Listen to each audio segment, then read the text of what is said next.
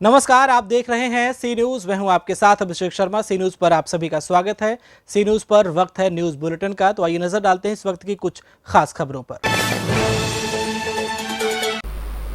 तहसील क्षेत्र सिकंदरपुर के स्थानीय कस्बा सिकंदरपुर में स्थित एक प्राइवेट नर्सिंग होम पर प्रसूतोत्तर महिला की हुई मौत के बाद ग्रामीणों ने शव को रखकर देर तक धरना प्रदर्शन किया, जिससे कुछ देर के लिए अफरा तफरी का माहौल रहा। प्राप्त जानकारी के अनुसार स्थानीय बेलथरा रोड मार्ग पर दीपलोक मैटरनिटी अस्पताल के नाम से डॉक्टर रश्मि राय का एक अपना नर्सिंग होम है, जो प्रतिदिन सुबह रतसर में भी बैठकर मरीजों को देखती हैं। शुक्रवार को गढ़वार थाना क्षेत्र के अभयपुर पकड़ी निवासी संगीता यादव उम्र करीब 30 वर्ष पत्नी सोनू यादव को भर्ती कराया गया था। शनिवार की सुबह उसका ऑपरेशन कर प्रसव कराया गया। तत्पश्चात हालत खराब होने पर संगीता को लेकर डॉक्टर ने अपने सिकंदरपुर स्थित नर्सिंग होम पर भर्ती कर लिया, जहां महिला की मौत हो गई। वहीं बच्चे को भी जिला अस्पताल के लिए रेफर कर दिया गया है।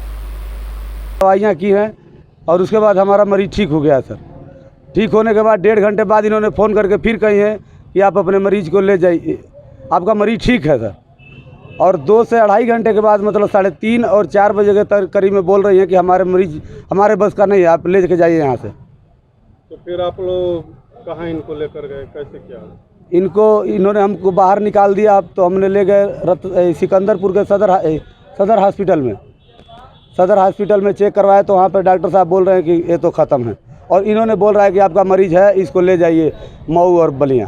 तो क्या यहाँ से जब आप लोग लेकर गए थे मरीज को सदर हॉस्पिटल, सरकारी अस्पताल? हाँ सर। तो मरीज की कंडीशन क्या थी? मरीज यहीं पे सर मर गया था, और इन्होंने बोल रही थी कि मरीज आपका है। और जैसे जच्चा मर गया है, बच्चे की क्या है? बच्चा हमारा सही है। बच्चा हमारा आइसोलेशन में की थी, और जब मरीज को बाहर निकाली है उसी समय हमारे बच्चे को भी निकाल कर अपाहिज की तरह हमको दे दिया इन्होंने, और अपनी डॉक्टरी बंद करके यहाँ से भाग गई हैं। पुलिस प्रशासन आई थी यहाँ पे? पुलिस प्रशासन आई है, हम लोग को बस सब्र दिला रही है कि आप रुकिए, आपके साथ मदद की जाएगी, लेकिन कोई मदद हमारी नहीं हो रही। जो अभी गेट के बाहर आप शव को रखे हुए हैं, कितने देर से रखे हुए? हमारा 3 घंटे 2.5 से 3 घंटे हो गया सर। उसके बाद कोई अभी FIR या कुछ दर्ज हुआ है या नहीं? कुछ नहीं दर्ज हुआ है सर। बस यहाँ से बोला जा रहा है कि आप जाइए रतसड़, अपने आपका थाना पड़ेगा, वहाँ पे गणवार आपका थाना पड़ेगा, रतसड़ चौकी पड़ेगी, गणवार थाना पड़ेगा, वहाँ पे रिपोर्ट लिखवाइए। और वहाँ के SO और इंचार्ज साहब बोल रहे हैं कि नहीं, आप वहाँ ही लिखवाइए। इन्होंने वहाँ भेज रहे हैं, वहाँ से यहाँ भेज रहे हैं लोग। तो अभी आप लोग कब तक यहाँ रुकने वाले हैं? अभी हम लोग का न्याय नहीं मिलेगा सर, तब तक हम रुकेंगे। हमारा जब तक हल बल नहीं होगा हम नहीं लेके जाएंगे। बलिया से सीनियर संवाददाता लड्डन भाई की रिपोर्ट। जिला गाजीपुर के ग्राम सुरहुरपुर में 15 दिन से लापता राजेश सिंह की बाइक आज सुबह एक ज्योति के आधार पर खोजी गई, तो गांव के बीचों बीच तालाब में मिली। गाजीपुर से सीनियर संवाददाता संत प्रताप शर्मा की रिपोर्ट।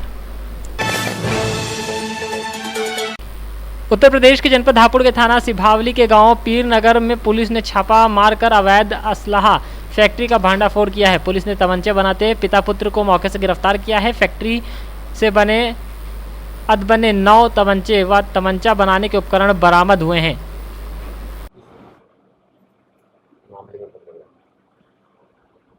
पुलिस अधीक्षक महोदय द्वारा अवैध असलहों के विरुद्ध एक अभियान चलाया जा रहा था संपूर्ण जनपद में। उसी क्रम में संभावली पुलिस द्वारा एक शस्त्र बनाने की फैक्ट्री तथा उसको जो बनाने वाले 2 उसमें मुख्य अभियुक्त हैं सोरन और बिरजू, उनको गिरफ्तार किया गया तथा शस्त्र फैक्ट्री पूरी बरामद किया उन्होंने। इसमें 9 तमंचे हैं तथा कुछ अधबने तमंचे हैं तथा ऐसे उपकरण जिनसे ये तमंचा बनाया करते थे वो भी बरामद किया गया है। और पुलिस टीम द्वारा इस तरीका का कहते हैं खुलासा करके निश्चित रूप से जो असामाजिक तत्वों को शस्त्रों की सप्लाई हो रही थी और उससे अपराध में, शरीर संबंधी अपराध में वृद्धि भी हो रही थी, निश्चित रूप से उस पर अंकुश लगेगा। पुलिस की सर ये किसी गैंग को भी सप्लाई करते थे कि? जो अब तक हमें जानकारी मिली है कि ये अराजक तत्वों, असामाजिक तत्वों को ये सप्लाई करते थे। किसी गैंग विशेष को किसको सप्लाई किया है इसका हम लोग पता लगा रहे हैं। और ये भी जानकारी में आया है कि ये 2,500 से 3,000 रुपये में इसे बेचते थे और हर महीने करीब ये 20 से 25 तमंचे बना लेते थे। लगभग कितने समय से काम कर रहे थे? 10 से 15 साल से ये काम कर रहे हैं। आपराधिक इतिहास के बारे में हम लोग पता कर रहे हैं। जो जानकारी मिली है इससे पहले इनके एक मुकदमा है और अभी अन्य मुकदमों के बारे में भी हम लोग जानकारी कर रहे हैं। हापुड़ से सीनियर संवाददाता रुस्तम सिंह की रिपोर्ट। मेयर कौशाम्बी में बीती रात को एक घर में आग लग जाने से घर में रखा सारा सामान जलकर राख हो गया, जिससे परिजन दुखी हैं। जानकारी के मुताबिक सराय अंकिल थाना क्षेत्र के मोहद्दीनपुर देवछार में ग्राम संडवा में बेलपति पत्नी छत्रपाल के घर आने वाली सुबह को उसके घर पर उनकी नतनी की शादी थी, किंतु बेलपति का कहना है कि बीती रात को ही सभी लोग खाना बनाकर खाकर सोने चले गए। तकरीबन 2 बजे रात को अचानक घर पर धुआं उठा, तभी कुछ लोगों ने देखा और बेलपति के घर में आग लग गई है। तभी ग्रामीणों ने शोर मचाकर सभी लोगों को उठाया और आग बुझाने में लग गए, किंतु आग समय से ना बुझने के कारण घर पर रखे शादी के सारे कपड़े जलकर खाक हो गए और लगभग 5 से 7 बोरी गेहूं, 2 से 3 बोरी सरसों भी जल गई तथा एक साइकिल भी जल गई। हमारे घर में शादी थी, ठीक है, और यहाँ बच्चे लोग खाना बनाते थे। खाना बना के सब लोग खाना खाया, उसके बाद सब अपने अपने कमरे में सोने चले गए। अचानक लगभग 1 बजे 1:15 बजे जो तो आग घर में लग गई। सब लोग जुटे, यहाँ पर गांव के सब लोग जुटे, समरसेबुल चलाया गया, आग बुझाई गई। इसमें सरसों 2 बोरी थी, 6-7 बोरी हमारा गेहूं था, साइकिल रखी थी, बच्चों को सब कपड़ा शादी का रखा तो सब जल गया। मालूम कैसे चला आपको कि आग लग गई? मालूम हमको चला, बाहर के एक भगत सिंह लेटे थे बाहर। जब आग की मतलब लिपट देखा उन्हें तो आवाज लगाई। घटना लगभग कितने बजे की है? लगभग ये 2 बजे की बात है। 2 बजे रात? 2 बजे रात की बात है। अच्छा, आपका नाम? हमारा नाम श्री फूलचंद है। कौन सा गांव है ये? मोहद्दीनपुर देवछार सावा है। थाना कहाँ लगता है? सराय किल लगता है। कौशाम्बी से सीनियर संवाददाता सुशील कुमार की रिपोर्ट। प्रतापगढ़ के रानीगंज थाने के भीतर मनोरोगी अचानक हमलावर हो गया। पूरा वाकया सीसीटीवी में कैद हुआ, जो पूरी कहानी बयां कर रहा है। थाने में सो रहे आरोपी मिठाई लाल पर अचानक फावड़े से हमला होता देख मिठाई लाल और उसके बगल में सो रहे उसके भाई भतीजों ने फावड़े को पकड़ लिया, लेकिन तब तक 3 वार पेट पर हो चुके थे।